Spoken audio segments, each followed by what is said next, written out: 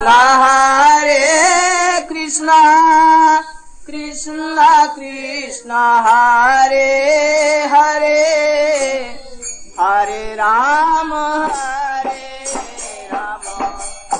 Rama Rama, Hare Hare, Hare Krishna, Hare Krishna, Krishna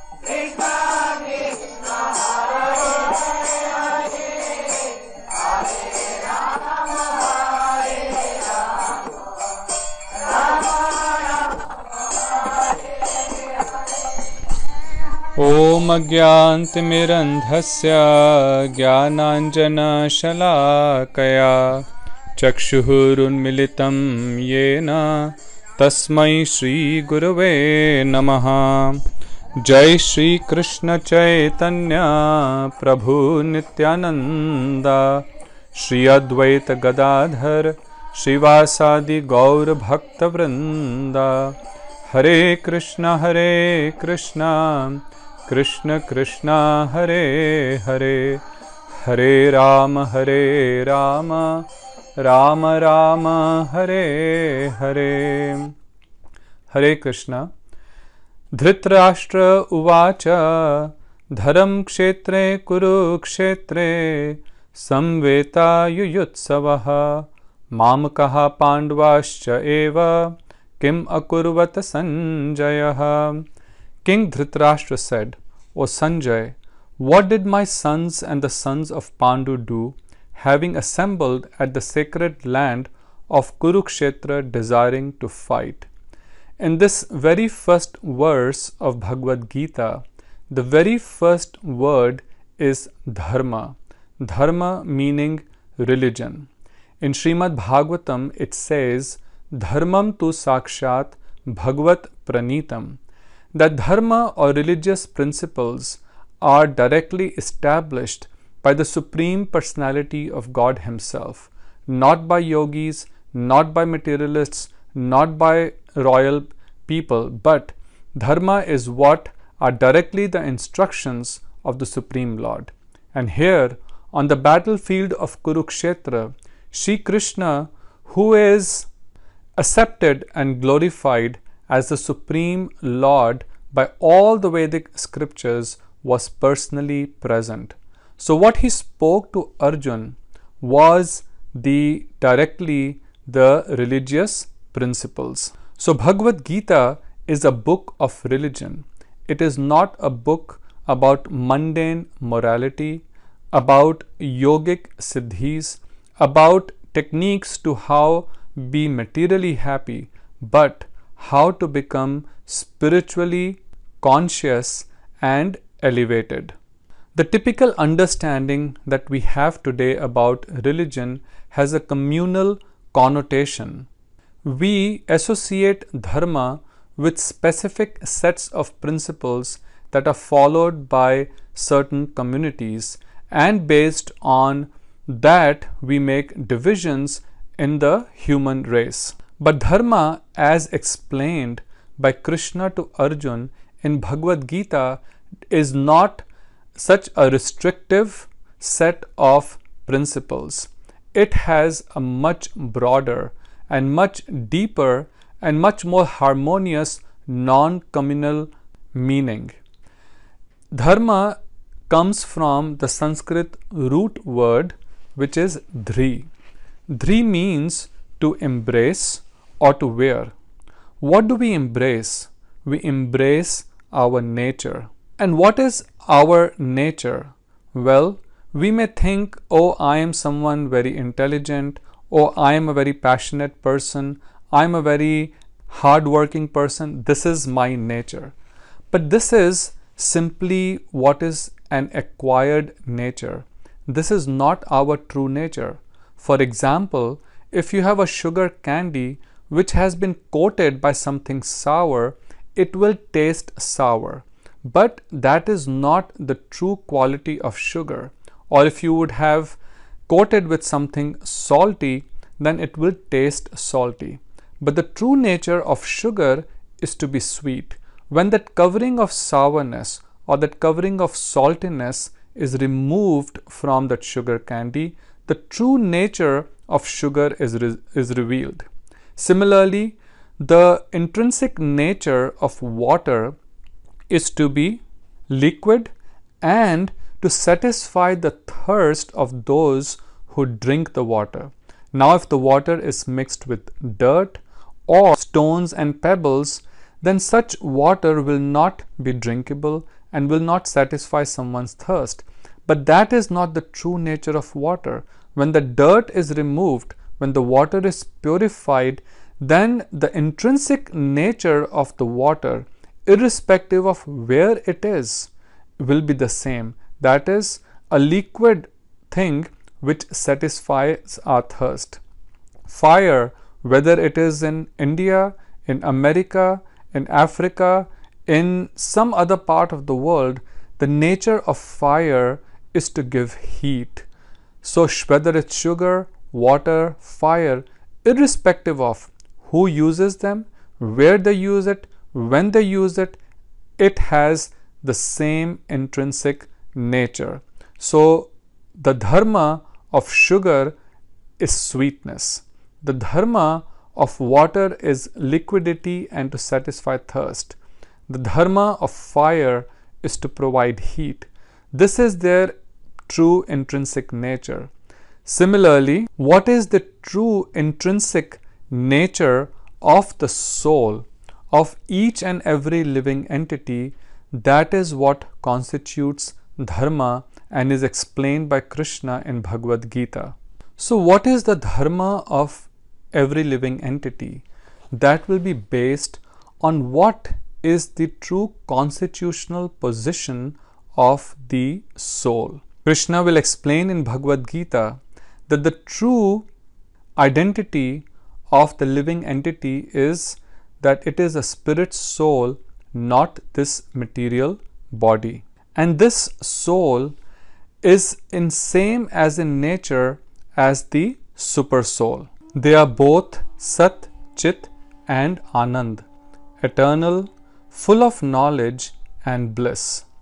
Srila Bhaktivedanta Narayan Goswami Maharaj Ji, in his commentary on the first verse, explains, in the Vedic mantras, it is proven that the Supreme Controller and the individual soul both have knowledge, both are knowers, both are enjoyers, both are doers, and both possess a pure spiritual ego.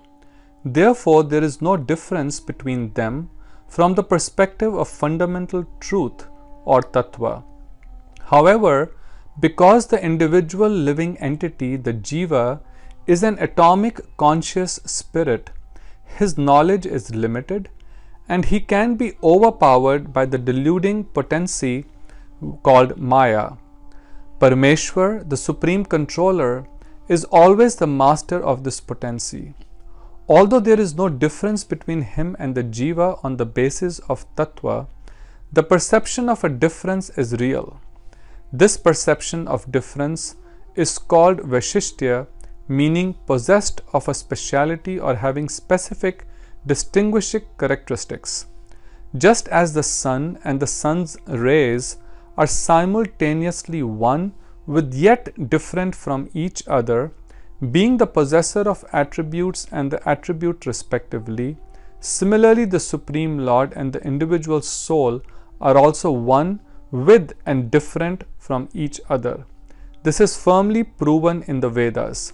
Since this relationship of simultaneous oneness and difference is beyond the material intellect, it is only intelligible with the help of the scriptures, and therefore it is called achintya or inconceivable. This inconceivable simultaneous oneness and difference of the Supreme and the living entity is the subject matter of Bhagavad Gita.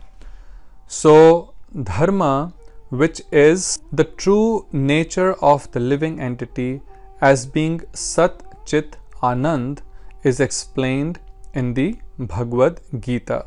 And this nature is to render loving devotional service unto the Supreme Lord Sri Krishna. And this place, Kurukshetra, is a place of dharma where service has been rendered to the Supreme Lord by great yogis and maharshis, and even in this battlefield of Kurukshetra, we will see that Arjun will fight the battle of Kurukshetra not for himself, but as a service to Shri Krishna.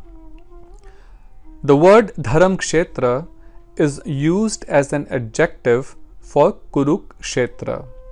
In Sanskrit language, the adjective is transformed in exactly the same way as the noun that it is describing. So since it says Kurukshetre and then Dharamkshetre, so the word Dharamkshetra is qualifying the place Kurukshetra. So Kurukshetra, even though this battle of Mahabharat was going to be fought there, was actually considered a great holy place. As we discussed last time also, that Krishna met all the gopis and the residents of Vrindavan in Kurukshetra on the auspicious day of solar eclipse, because this was a holy place. In the commentary, Srila Narayan Maharaj further explains that Srila Vyasadeva has referred to the battlefield of Kurukshetra as the land of religion. This has a hidden meaning. According to Srimad Bhagavatam, this land is named Kurukshetra after King Kuru. The section of the Mahabharata called Shalya Parva relates the following story. Once when Kuru Maharaj was plowing this land, Indra, the king of the demigods, appeared there and asked him, "For what purpose are you plowing this land?" Kuru Maharaj answered, "I am doing this so that those who give up their bodies here may attain the heavenly planets." Upon hearing this, Indra ridiculed him and returned to the heavenly planets. And the king again began plowing with great enthusiasm. Again and again Indra returned to deride and deliberately disturb the king. Yet Kuru Maharaj remained unperturbed and continued his work. Finally, on the insistence of other demigods, Indra became pleased with Kuru Maharaj and gave him the benediction that whoever gives up his body or is killed in the battle on this land and will certainly attain the heavenly planets. For this reason, this land known as Dharamkshetra was chosen for the battle, because this battle was for deciding what is right and what is wrong.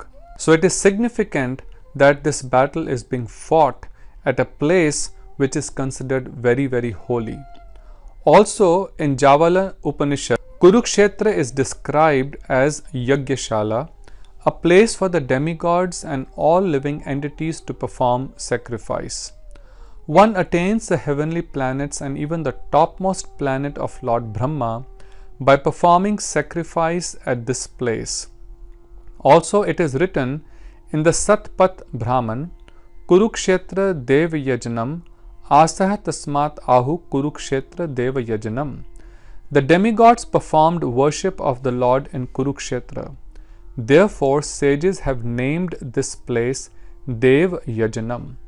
The phrase Dharamkshetra is composed of two words, Dharam and Kshetra. So we discussed what is the meaning of Dharma. Now what is the meaning of Kshetra in this word Dharamkshetra? The word Kshetra indicates land for cultivation. When a farmer waters the rice field, a type of weed called Shama grass also grows along with the rice plants. This grass looks exactly like the rice plant and it grows by taking the water used for the rice field, thereby covering the rice plants.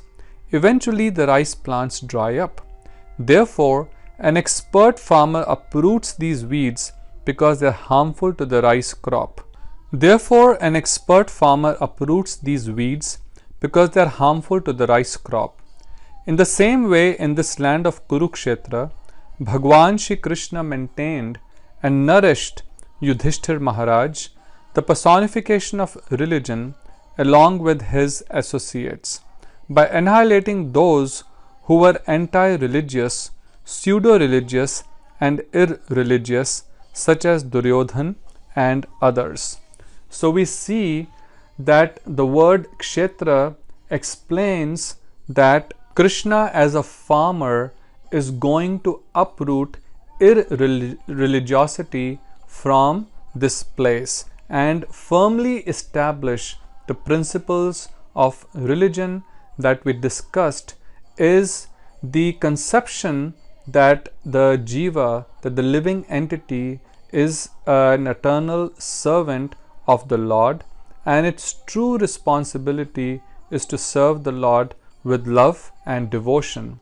This will be explained in great detail in Srimad Bhagavad Gita. We will continue discussing the rest of this verse next time and conclude our discussion.